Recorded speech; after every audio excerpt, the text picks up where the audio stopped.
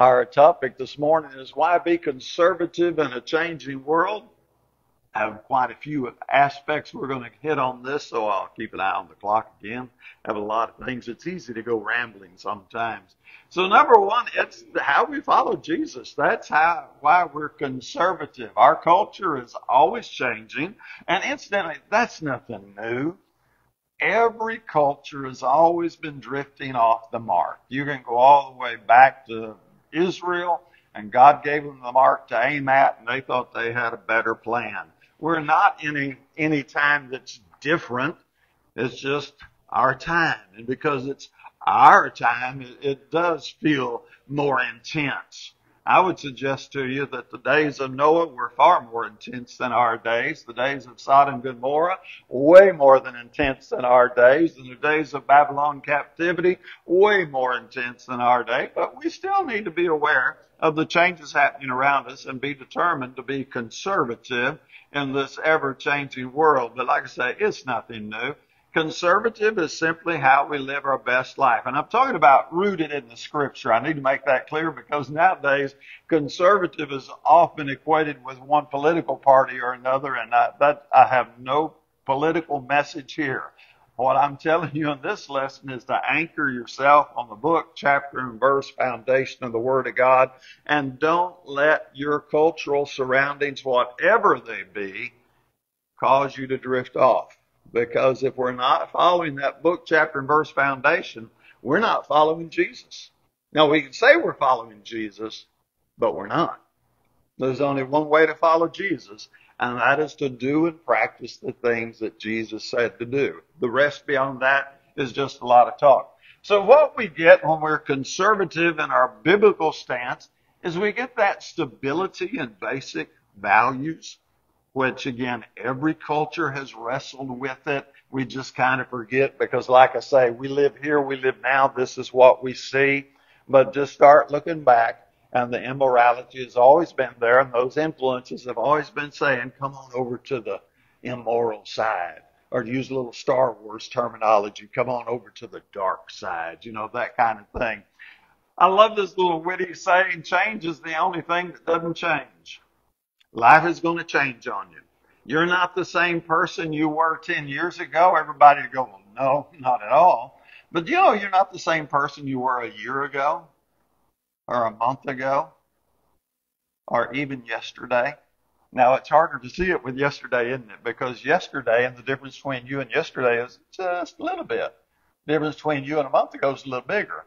The difference between you and 10 years ago, I can't get my arms far enough apart for that one. There's a lot of change that happens in 10 years. So what we get in our basic Bible values is we get this anchor. We get this solidity where we know we need to stand and where we can hang on to it, and we know we're staying in the straight and narrow path. And then our decisions that we make, the moral decisions, the spiritual decisions, they're already made ahead of time. Somebody wants you to lie. You've already made that decision, and we don't lie. Somebody wants you to go out and get drunk or high. You've already made that decision. You don't have to sit there and go, well, I really don't have much on my schedule tonight. Nothing good on TV.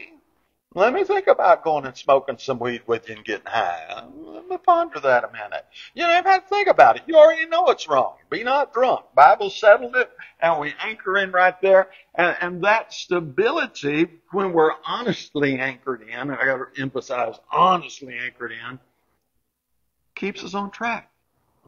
And it gives us our best life possible. Because I know Hollywood would present the world out there with all its glitz and glamour as, really, you're missing all the fun. No, you're not. All the fun is not out there in a bottle of booze in a bar dancing around with somebody that has no more emotional commitment to you, no deeper than a sheet of paper. So don't fall for that. Number 3, God doesn't change. God is very consistent, and He is our source of moral values. And so if you're going to line up with God and He doesn't change, then you can't be changing either. Remember, Amos 3:3, can two walk together unless they're agreed?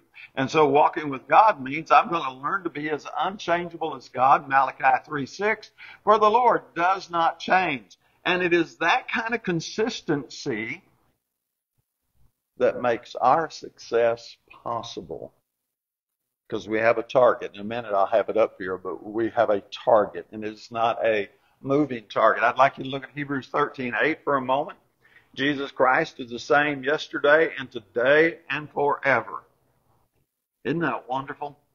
Now, most of us have been in a variety of relationships. Pick one: a worker, a manager, a mate, a family member. Just pick one. Get one in your head. And then the one I want you to pick is the one who you never know what kind of mood they're going to be in. You never know what the rules are going to be today, and they always have changing expectations, and you just love it to death, right? Or does it frustrate you to death? Most of us are frustrated with people who one day the rule is this and the next day the rule is that, and they always have these changing expectations, and you can't nail them down, and they don't want to be nailed down, and it just drives you crazy nuts because, and eventually what do? We're like, forget it. I ain't messing with you anymore. I'm not even playing this game anymore. So what we want to do is we want to be imitators of Christ, because that's what Paul told us to do. And this is possible because he's not a moving target. Christ is, as he says there in Hebrews 13:8, the same yesterday, today, and forever. God's not changing. The moral values we have today, you can just start tracing them back. They're the same moral values we've always had.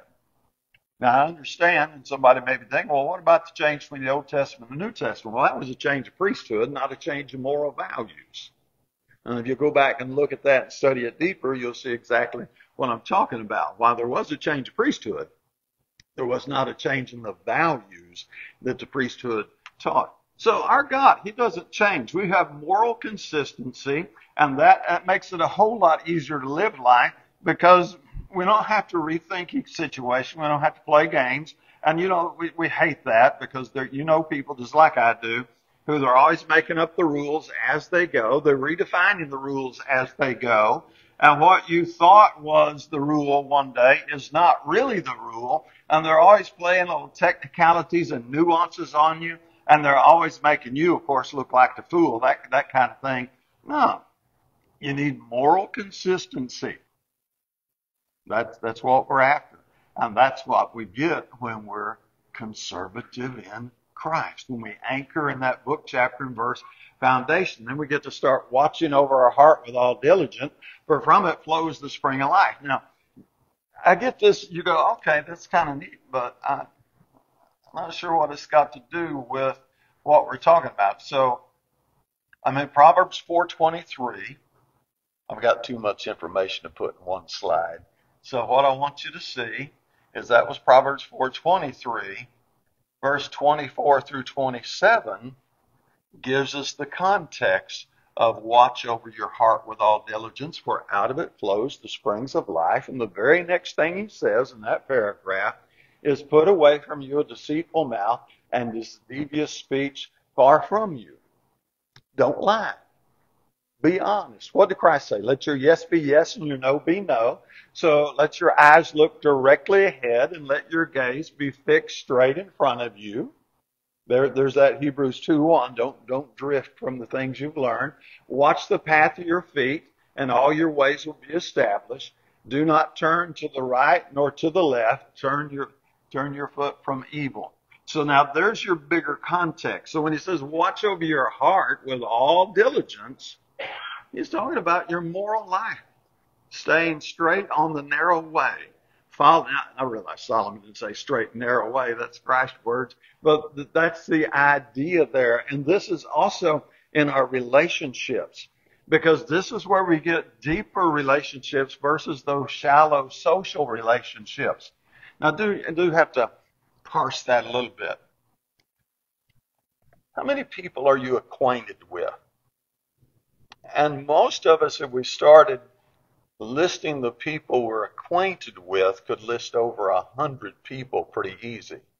Some of us could list 200, 300, 500 folks, that we see these people, we know them, we talk to them, we have a little chit chat, and it just may be the regular checker where you go get your groceries or what have you, but you're acquainted, you have that little, that's fine. I'm not saying that a shallow social moment is wrong, but I am saying that somewhere as you get closer to your heart, you need a few. And you only have time for a very, very few. Really deep, meaningful relationships. Now, psychologists, as they studied this, vary on what is possible, how many is possible to really have a deep, meaningful relationship. I'm talking about the people that when they're out of your life, when they pass on or they move out of town, they really leave a hole that only they could fill. And the numbers vary anywhere from 5 to a dozen. Now, the sad thing is the next statistic says most people don't have 5 of those. Most people don't have 5 deep, truly meaningful relationships where hearts truly meld together. And that's sad. And the way you get those deep relationships, and again, just a few of them, but the way you get them is by our moral consistency. Because are you going to get close to somebody you don't feel you can trust? Are you going to let them into that place, that inner circle of your heart? Now, I realize no one's perfect, so everybody can mess up. You got to allow some there, but that's not what I'm talking about. I'm talking about that person you just really never know. They may be on your side today. They may be stabbing you in the back tomorrow. They may be putting you out to dry. They may be throwing you under the bus any moment. Look, you may have a polite demeanor with those people, and I suggest you do. And you may be sociably agreeable with those people, and I suggest you do. But you're never going to let them into that place of your heart. And they're never going to let you into that place of their heart. Because the people I'm talking about are users and takers. They don't want you in that place in their heart. They want you out here where they can use you for their agenda when they want, how they want. Now, if that's the kind of life a person wants, what I'm calling the shallow social moments, then, that's between you and your life, your choices, and God. But if you want those deep relationships that really mean something to you, then moral consistency is the foundation of that. Because without it, we can't trust each other. And we can't trust each other. We can be polite, but it's really, really unlikely we're going to get close. Now, our moral consistency, going on to point 5, we got a lot of points here. I forget, 10 or 11. It gives us the ability to stand alone, which is tough, but you got to learn that one. Do not be deceived. Bad company corrupts good morals. There are a lot of wolves in sheep's clothing out there. There are a lot of folks out there. There are a lot of takers. There are a lot of users who just are looking for a victim, and you have to be able to go, no, I'm not going there. Y'all go do that if you want, but I'm not. And so many people are so afraid of being rejected and not accepted by other people that they're willing to violate their morals in order to get that sense of being part of the team, going along, being included, because we like being included. I don't want to suggest that it's wrong, but I do want to suggest that when we go for inclusion, it needs to be on the book, chapter, verse foundation of God's morality, His Word, His teaching. That's where you're going to find real inclusion. I'll take it a step further, not just here, but you'll find that real inclusion beyond this life. So instead of just having a few shallow relationships this side of the tombstone and being in hell forever, you can have some good relationships here, and then you can have them over there on the other side. So when you learn to stand on your unchanging values and you do love God with all your heart, with all your soul, with all your mind, when you do love God more than father and mother, and again, those are unchanging values. Those never change. You love God with all your heart. That goes back before Christ said it in Matthew 22:37 through 39. That goes back to the law of Moses. It goes back by inference even further back. When you love Him more than you love father and mother, when you have this kind of stability, then when the time comes where you need to stand alone, and sometimes you do, sometimes you have to make a choice between friends, associates, acquaintance, whatever you want to call them, and God. when you're anchored in your moral conservativeness, I don't know if that's really a word, is it? When you're conservative, standing on the word, I'm not going to say it's not unpleasant, because when you thought you had a friendship and you realize you didn't, it always hurts. But that's unavoidable. But you still have the strength to stand alone. And sometimes you have to have the strength to stand alone. Then you have to manage all the influences that are out there in the world around us. And so our conservative mindset gives us that ability to know, no, this is where I stand. This is where I set up my boundaries. 1 Corinthians 5, 9 through 10. He said, I wrote you in my letter not to associate with immoral people. I did not mean at all with the immoral people of this world, or with the covetous and the swindlers or the idolaters, for then you would have to go out of the world.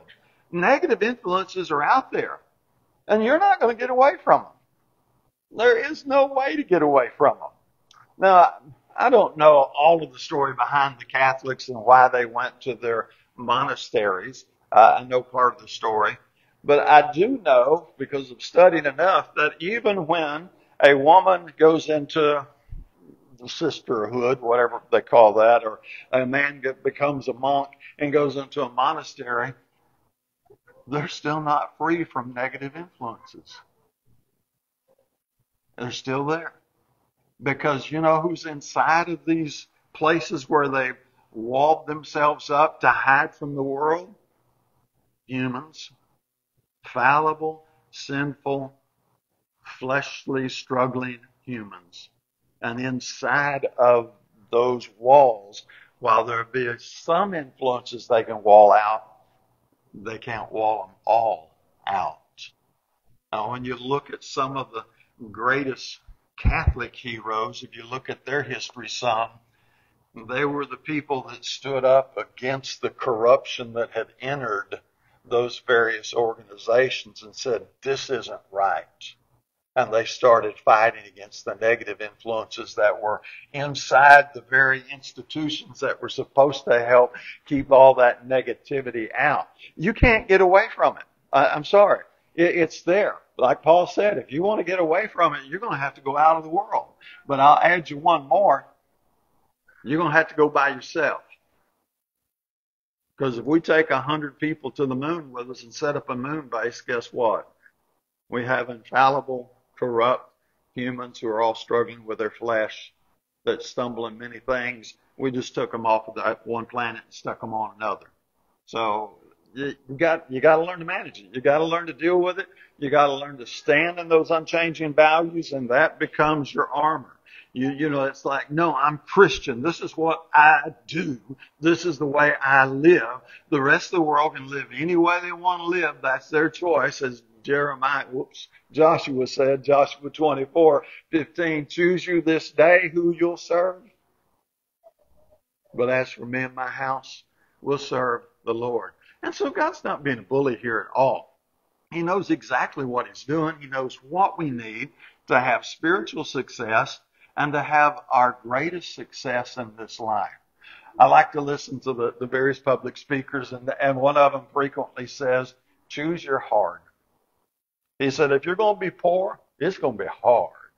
If you're going to be rich, it's going to be hard. Choose your hard. I'm going to play off of that line and go, look, you want to be immoral? Go ahead.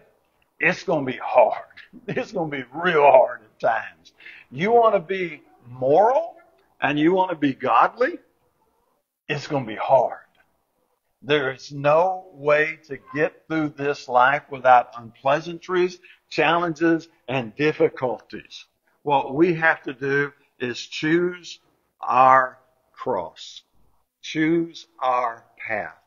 But all of them are going to be a lot of pain and challenges and struggles. Now, we're going to be consistent. We're going to be conservative because it really gives us the family bonds that we would like to have. This is something we've seen deteriorate in my lifetime. And I know some of you got 10, 15, 20 years on me. I know you've seen it deteriorate. It's amazing. But the old timers, as I respectfully call them, I'm talking about the preachers that I used to hear preach back when I was Archer's age. And I'd hear them say, as goes the home, so goes the nation. And you know, when you're a teenager, I'd been more like 16 at the time. You're like, yeah, that sounds cool. It really doesn't soak in until you've lived through it. And look at what happened to our homes. And look what happened to our nation. And look what's happened to mental health and physical health that is influenced by mental and emotional health. It's just really, really crazy because we lost that conservative core and really just those basic moral values that used to glue us together. Remember last week I told you the little story about the speaker who said a marriage doesn't last longer than the average car note now? And I couldn't verify that one, but what I did find when I researched it was the average marriage today is going to last 8.2 years. Wow. Think about that. Why?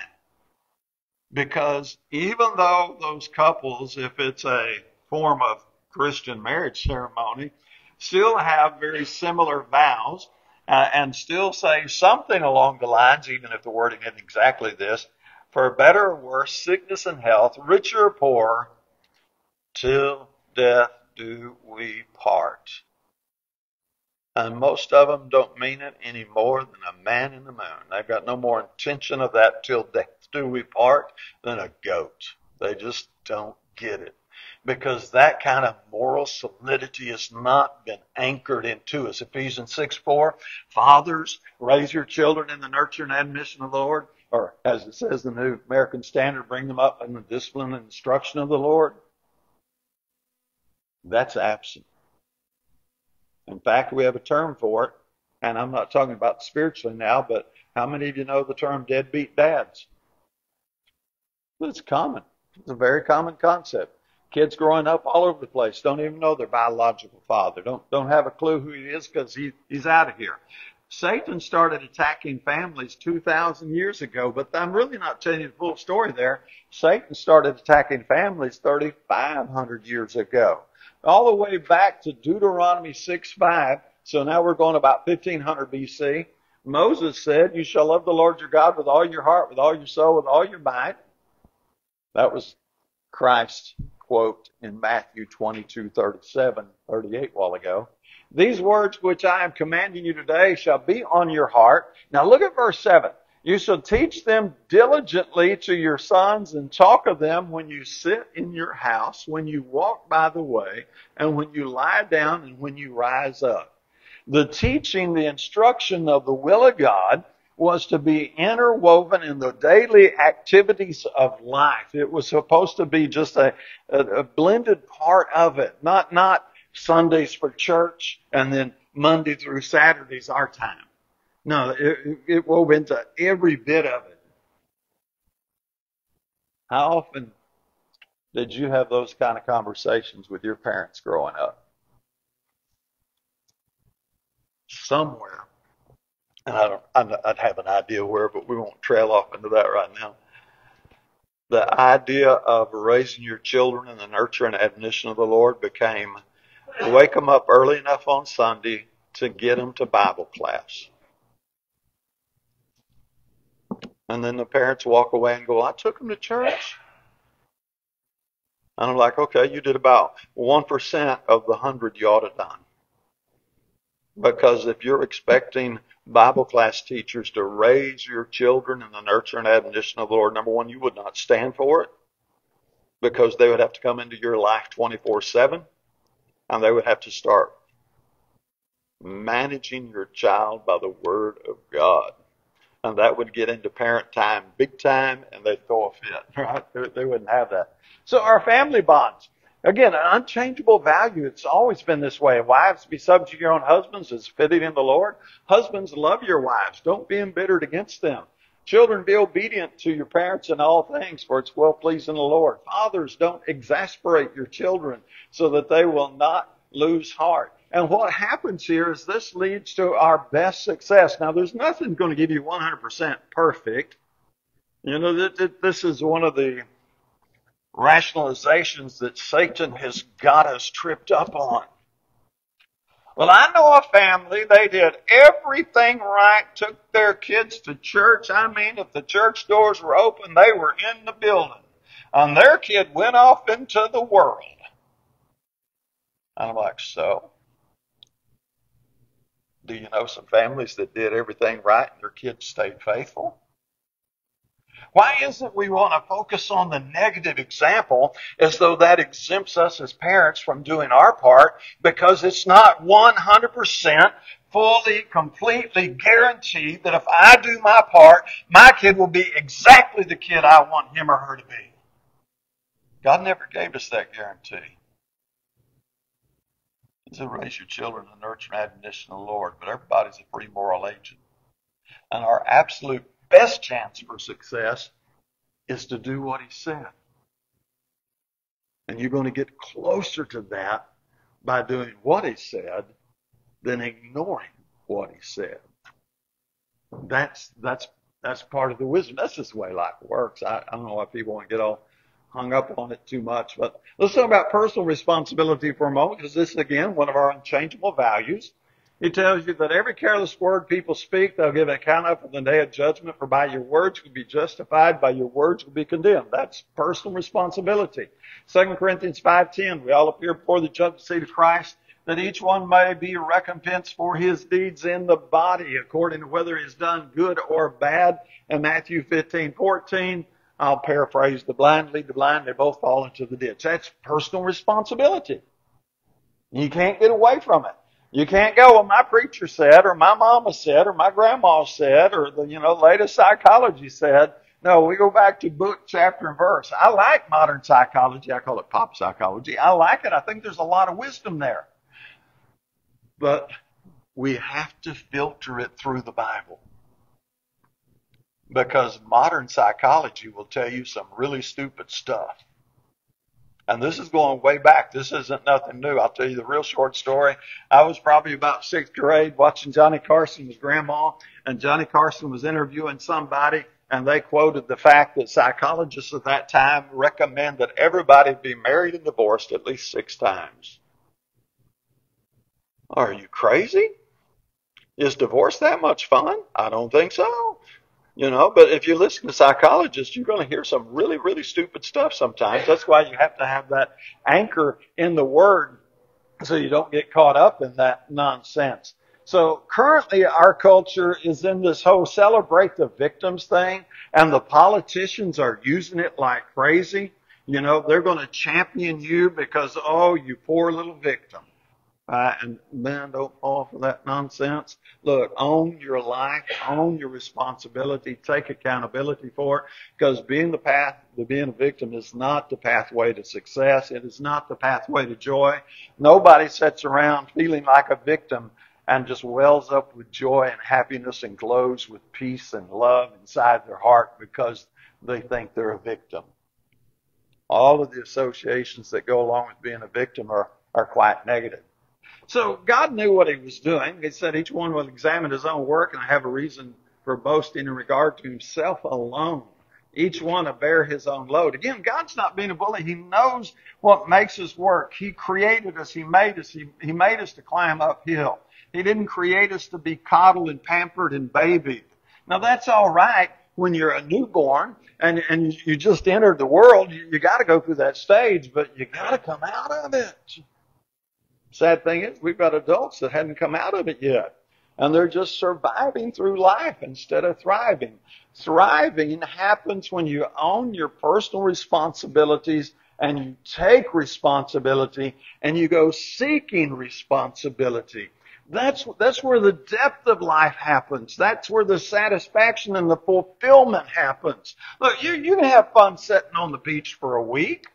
I'm not saying you can't go on vacation. You can have a good time on the beach for a week. It's relaxing. And now let's sit on the beach for 2 weeks. Let's sit on the beach for a month. Well, you want to be an adult with a pacifier in your mouth doing nothing? That's laziness. That's all that is. This is going to be deep, satisfying, fulfilling responsibility People need a goal to aim at. And God knew that. And He gave us the greatest goal of all. And He said, be holy as I am holy. Because He created us in His image. Then we have church family. As iron sharpens iron, so one man sharpens another. Man, what better place to really learn some training than people you can trust more than out there in the world. And then we have Hebrews 10:24. I like verse 24 more than 25. Let us consider how to stimulate one another to love and good deeds, not forsaking the assembling ourselves together. It's more than just Sunday. It's that coming together as one. And this is 2,000 years old. And then Acts 20:35, it's more blessed to give than receive. What better place to learn that than with other people who are trying to learn it? And I get we're all in the learning process, so that doesn't mean we're going to do it perfectly. But this is the place to do that versus out there in the world where people don't share our values. We want to get so close together, Satan can't find a place to squeeze in. We want to be devoted to one another in brotherly love and preference. But to do that, we must share a common, unchanging set of values. And if we don't share that common, unchanging set of values, then we can never do that. Let's hit gratitude quickly. Rejoice always, pray without ceasing, and everything give thanks, for this is the will of God. And that is a gratitude that comes from within. You're always giving thanks for all things in the name of the Lord our God, Jesus Christ. And so you're always looking for that silver lining. It's all training. Now, this is tough. I know that. I'd like to elaborate a little bit.